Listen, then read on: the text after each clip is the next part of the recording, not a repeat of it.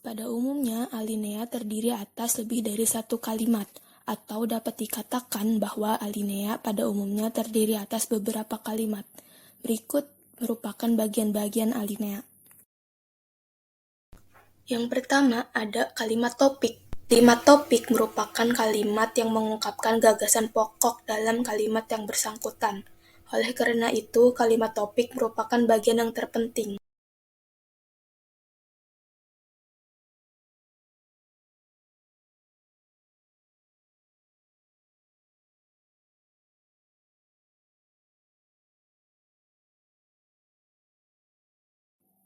Karena kalimat topik merupakan kalimat yang terpenting, maka kalimat topik itu hendaknya merupakan kalimat efektif yang menarik, merupakan susunan yang runtut dan logis, dan merupakan rumusan yang tidak terlalu umum namun juga tidak terlalu spesifik.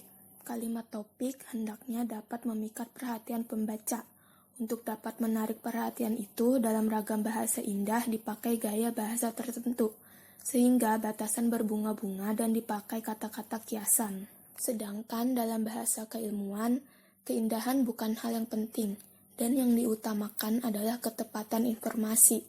Oleh karena itu, dalam ragam bahasa keilmuan dipakai gaya bahasa yang lugas dengan kata-kata denotatif.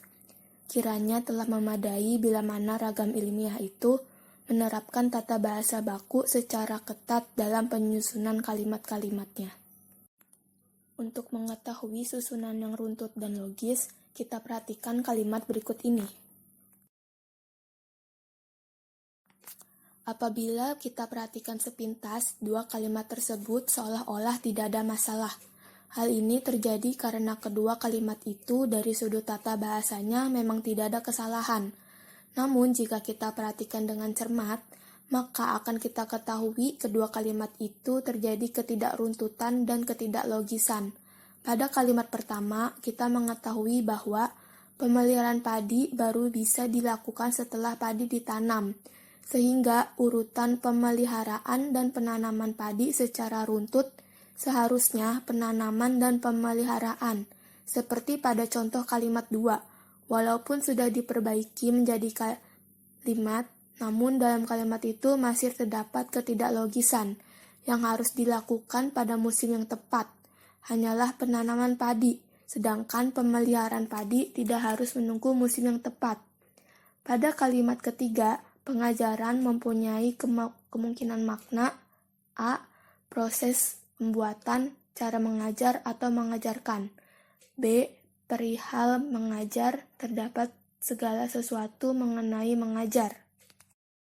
Berdasarkan kalimat tadi, diketahui bahwa kalimat topik dihasilkan melalui beberapa tahap, yaitu perumusan gagasan umum, lalu menspesifikasikan gagasan umum tersebut, dan kemudian memperbaiki kata-kata atau susunan kalimatnya. Yang kedua, kalimat pengembangan. Kalimat pengembangan pada dasarnya adalah kalimat-kalimat yang menguraikan hal-hal yang terkandung dalam topik.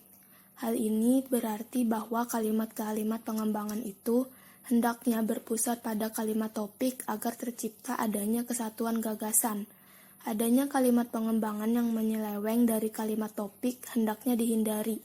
Untuk itu, langkah yang harus ditempuh ialah perumusan butir-butir pengembangan secara ringkas di bawah kalimat topik, sehingga terbentuk semacam alinea. Kalimat topik pada hakikatnya merupakan pengungkapan dari 1. Apa yang akan dibicarakan, dengan mengajukan pernyataan sehubungan dengan apa yang dibicarakan. 2. Jawaban ringkas yang dapat dijadikan butir-butir pengembangannya. Adapun pertanyaan yang dapat diajukan itu ialah mengenai bagaimana, mengapa, dan pertanyaan lain yang relevan. 3. Langkah selanjutnya adalah mengecek apakah butir-butir itu sudah lengkap, ataukah masih ada yang terlewatkan, dan kemudian menyusun kembali butir-butir itu dalam susunan yang dipandang paling tepat. Berikut adalah contoh kalimat pengembangan. Untuk pengembangan kalimat topik, pertama-tama kita harus mengetahui kata kunci dalam kalimat topik tersebut. Kata kunci dalam kalimat tersebut ialah penelitian ilmiah, dan perencanaan.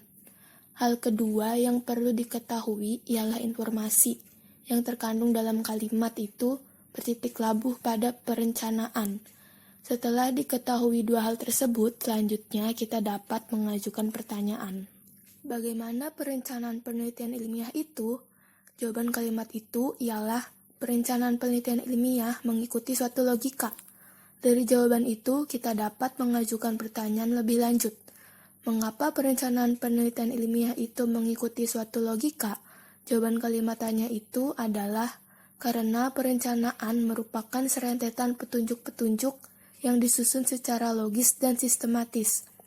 Dengan telah ditemukannya jawaban masing-masing pertanyaan tersebut, berarti kita telah temukan kalimat-kalimat pengembangan dari topik tersebut.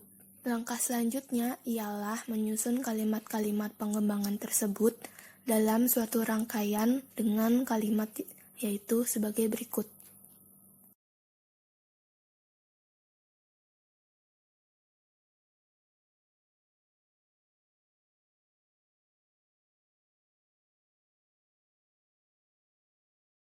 Setelah pengembangan itu sampai pada batas kecukupan, maka alinea itu sebaiknya segera diakhiri. Kalimat yang mengakhiri alinea itu disebut kalimat penutup. Demi terwujudnya kesatuan gagasan, penyusunan kalimat topik hendaknya berdasarkan kalimat-kalimat pengembangan. Contohnya sebagai berikut.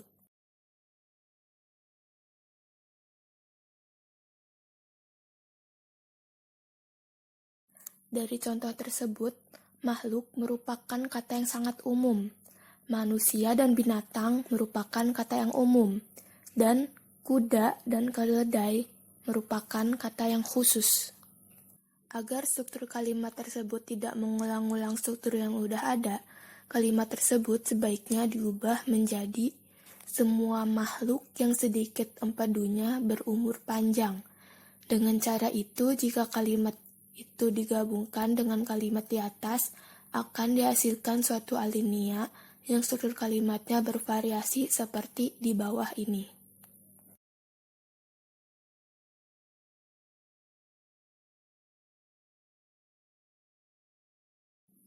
Demi terwujudnya kesatuan dan kepaduan antara alinea satu dengan alinea lain dalam suatu wacana, maka diperlukan adanya kalimat penghubung.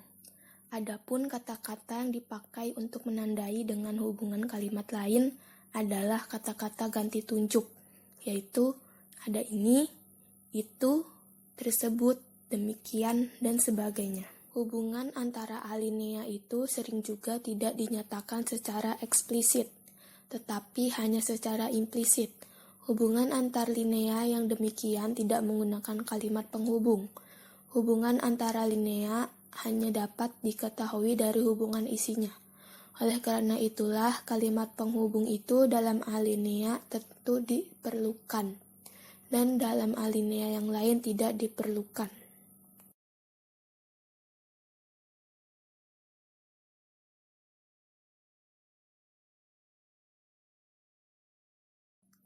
Alinea pembuka. Alinea pembuka merupakan bagian karangan yang pertama-tama ditemui pembaca.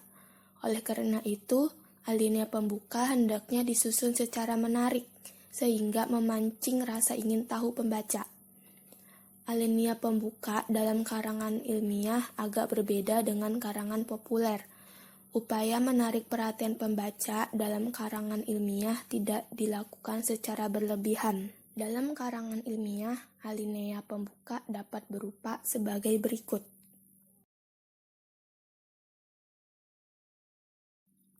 Dalam karangan ilmiah, umumnya dipakai lebih dari satu cara. Misalnya dalam alinea pembuka, itu dikemukakan isi dan maksud judul karangan diikuti garis besar karangan. Kemudian dipaparkan pula arti penting masalah itu dibicarakan. Alinea pembuka memang diharapkan dapat membimbing pembaca untuk memasuki permasalahan yang akan dibicarakan. Bagi penulis, rumusan alinea pembuka yang baik akan merupakan pedoman bagi pengembangan karangan selanjutnya. Dengan pengembangan yang selalu berpedoman pada alinea-alinea pembuka itu akan dicapai kepaduan. Alinea isi. Alinea yang bertugas mengungkapkan ide pokok beserta pengembangannya itu disebut alinea isi. Dengan demikian, alinea-alinea isi merupakan bagian yang esensial dalam suatu karangan.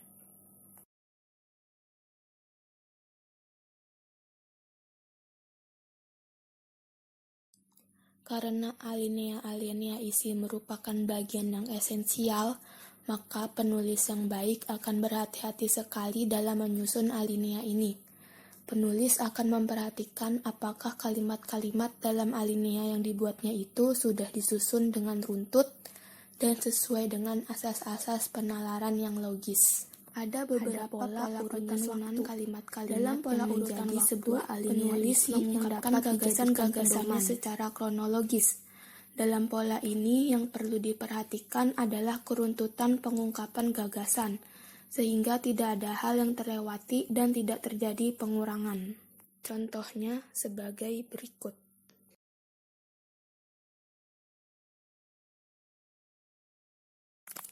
Urutan waktu yang tidak selalu dinyatakan secara eksplisit dengan ungkapan penghubung waktu, seperti contoh tersebut, atau dengan keterangan waktu, tetapi dinyatakan juga secara implisit.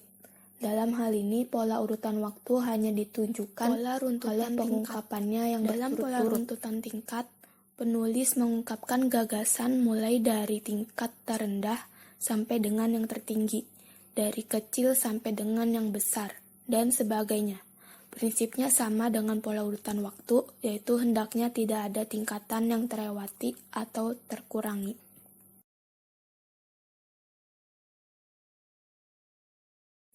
Pola urutan apresiatif.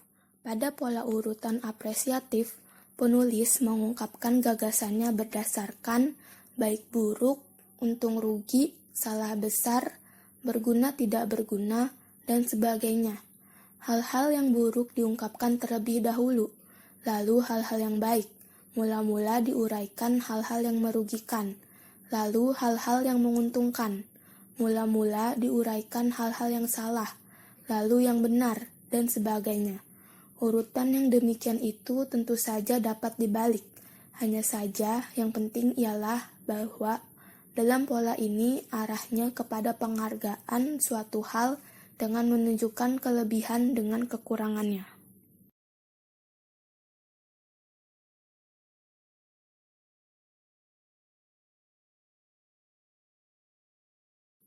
Pola urutan tempat. Dalam pola urutan tempat, penulis mengungkapkan gagasannya mulai dari suatu tempat ke tempat lainnya. Misalnya dari atas ke bawah, dari dalam ke luar, dari kiri ke kanan, dan sebagainya. Urutan demikian dapat dikombinasikan dengan urutan berdasarkan tingkat pentingnya suatu tempat, dari tempat yang terpenting ke tempat yang penting sampai tempat yang kurang penting. Pola urutan tempat ini sangat ditentukan oleh sudut pandangan penulis. Pola urutan klimaks. Pola urutan klimaks ini hampir sama dengan pola urutan tingkat. Hanya saja dalam pola urutan klimaks ini terkandung adanya intensitas yang semakin menaik. Sedangkan dalam pola urutan tingkat tidak begitu ditonjolkan. Jadi dalam pola urutan klimaks, penulis mengungkapkan gagasannya dengan urutan yang setiap kali semakin meningkat intensitasnya dan berakhir pada gagasan yang paling intens. Pola urutan antiklimaks. Pola urutan antiklimaks ini merupakan kebalikan dari pola urutan klimaks. Jadi, pola urutan antiklimaks ini berangkat dari suatu yang paling intens menuju ke yang intens sampai ke yang kurang intens. Dalam cerita rekaan, novel, cerpen, drama, klimaks dan antiklimaks, dan setelah sampai pada puncaknya, menuju ke antiklimaksnya yang berupa penyelesaian. Pola urutan khusus umum. Dalam pola urutan khusus ke umum ini, penulis mula-mula mengungkapkan gagasan-gagasan suatu hal yang khusus, kemudian diungkapkan keumuman atau rampatan generalisasinya. Rampatan ini pada dasarnya merupakan dalil bagi hal-hal yang khusus tadi. Berikut merupakan contoh khusus ke umum. Berikut contoh umum ke khusus. Dari contoh tersebut, jelaslah bahwa dalam pola urutan khusus ke umum itu, kita berusaha menemukan dalil umum dari hal-hal yang khusus. Sebaliknya, dari pola urutan umum ke khusus, kita bertolak dari suatu dalil umum untuk menemukan kesimpulan dari hal yang khusus. Pola urutan sebab akibat. Dalam pola urutan ini, penulis mengungkapkan gagasannya bertolak dari suatu akibat atau efek terdekat dari pernyataan itu, karena mempunyai akibat atau efek tertentu pada hal yang lain, maka pernyataan itu merupakan penyebab atau singkatnya sebab.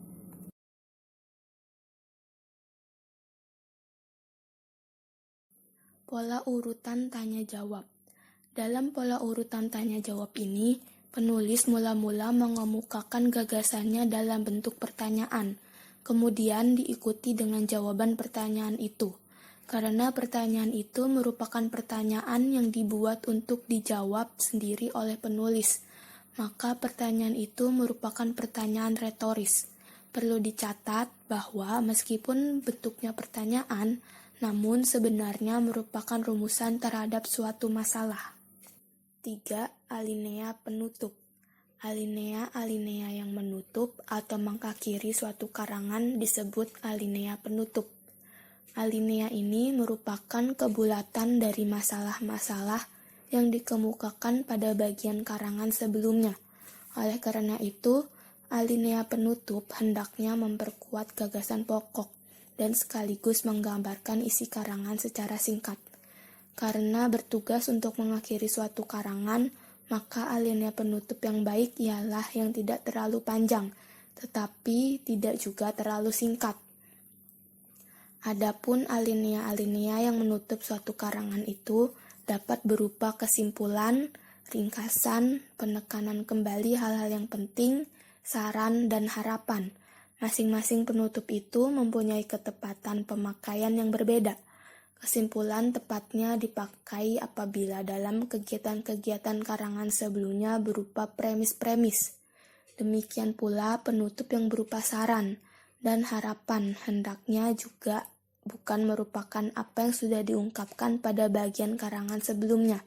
Sebaliknya, alinea-alinea penutup yang berupa ringkasan dan penekanan kembali hal yang paling penting justru mengulang secara singkat dan padat, namun kalimat-kalimatnya hendak tidak sama dengan yang diulang. Kalimat-kalimat yang mengulang itu sebaiknya merupakan varian dari kalimat yang diulang dengan makna yang sama.